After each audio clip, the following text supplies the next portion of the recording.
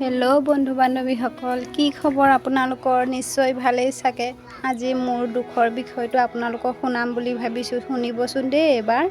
মোৰ ৰাতিপুৱাৰ পৰা পানীৰ প্ৰব্লেমৰ কাৰণে মোৰ দুখ হৈছে। চাওকচোন, পানী যে একেবাৰে আমাৰ ইয়াত ইমান অভাৱ হৈছে। পানীত আমি ছাপ্লাই পানী ব্যৱহাৰ কৰোঁ। আমাৰ এইফালে চোন একদম আইৰণৰ কাৰণে আমি ছাপ্লাই পাহে ব্যৱহাৰ কৰোঁ পানী। এফালে ছাপ্লাই পানীটো এদিন দিয়ে, দুদিন নিদিয়ে। চাওকচোন, ইমান দিগদাৰ হৈছে। লোকৰ ঘৰত এয়া কাপোৰ ধুব লগা হৈছে। ইমান দিনৰ পৰা কাপোৰ দমাই থৈ দিলে, এজাক শলাদি ধুই মেলি আজৰি কৰি ল'লোঁ। কি কৰিব, এইফালে আকৌ ছোৱালীজনীও লগতে আহিছে।